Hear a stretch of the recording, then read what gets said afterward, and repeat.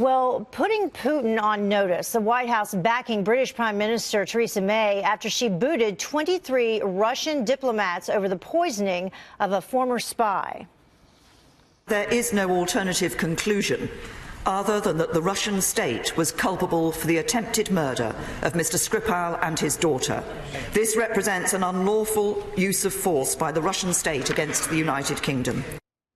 We're here to weigh in is global and international policy expert Michael Szanto. Thank you very much for joining us this morning. We appreciate it. You're very welcome. So you're not entirely surprised by this. You say Russia's done it before. Oh, absolutely. Remember, in 2006, they used polonium to murder a former KGB agent. And what they're effectively trying to do is terrorize the people of UK, because with polonium, what they were suggesting is it comes out of the same reactors as plutonium that make nuclear bombs. Here, they're using weapons-grade nerve gas. So there's a huge threat. It reminds me of the North Korean assassination in Malaysia, where they used VX. So it's not just killing, it's how they're killing. And I think they're trying to terrorize the people of UK. Yeah, but it's not just the UK. Here's what Nikki Haley had to say. She cautioned against Russian chemical attacks here in New York. Listen. If we don't take immediate concrete measures to address this now, Salisbury will not be the last place we see chemical weapons used. They could be used here in New York. The credibility of this council will not survive if we fail to hold Russia accountable. So do you think that she's, overreaching there, or is that a very real possibility? No, it's unfortunately a very serious issue we have to deal with. Just a little bit less than 20 years ago, a former Soviet GRU general, that's military intelligence, testified to U.S. Congress that the GRU and KGB actually prepared for contingencies where they carried out terrorist attacks in the United States. So the danger is very high. The risk is really high.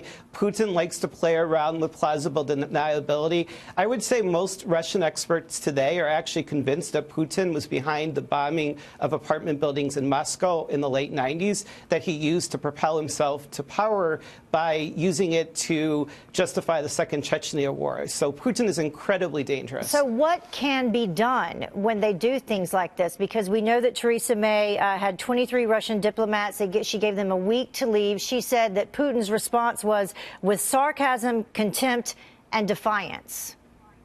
Yeah, it's a very, very challenging situation.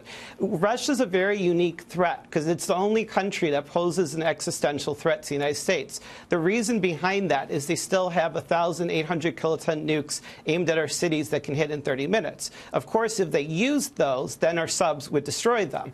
But the challenge here is we can't threaten massive retaliation because then they would just say BS. It's not credible because it's like threatening the Russians with blowing up the world. They just say you're not going to do it. Mm-hmm. To deter a bad guy, you have to convince him ahead of time you're going to do something much worse. So the Russians even call limited nuclear strikes de-escalation. And over the last few years, the U.S. and allies have come to the conclusion that the Russians may not be bluffing about this. They have, for example, said that the place where we moved all of our Marine tanks in Norway to pre-position so that if our Marines ever had to defend against Russian aggression, we would have the tanks already there. The Russians have said that's a nuclear target. Mm-hmm. When the British launched their new aircraft carrier, which is really large, the Russians said it was a convenient target, implying nuclear target again.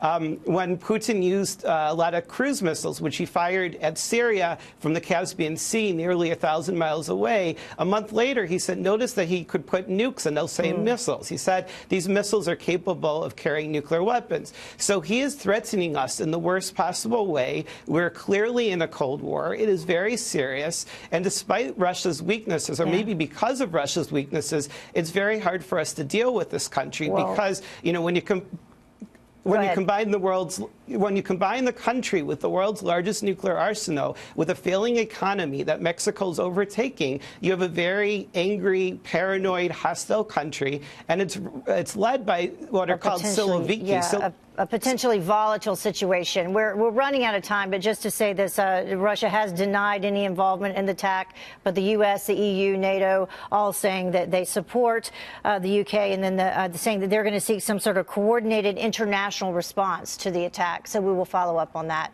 Michael Szanto, thank you very much for joining us. Obviously very knowledgeable on the subject. We appreciate it.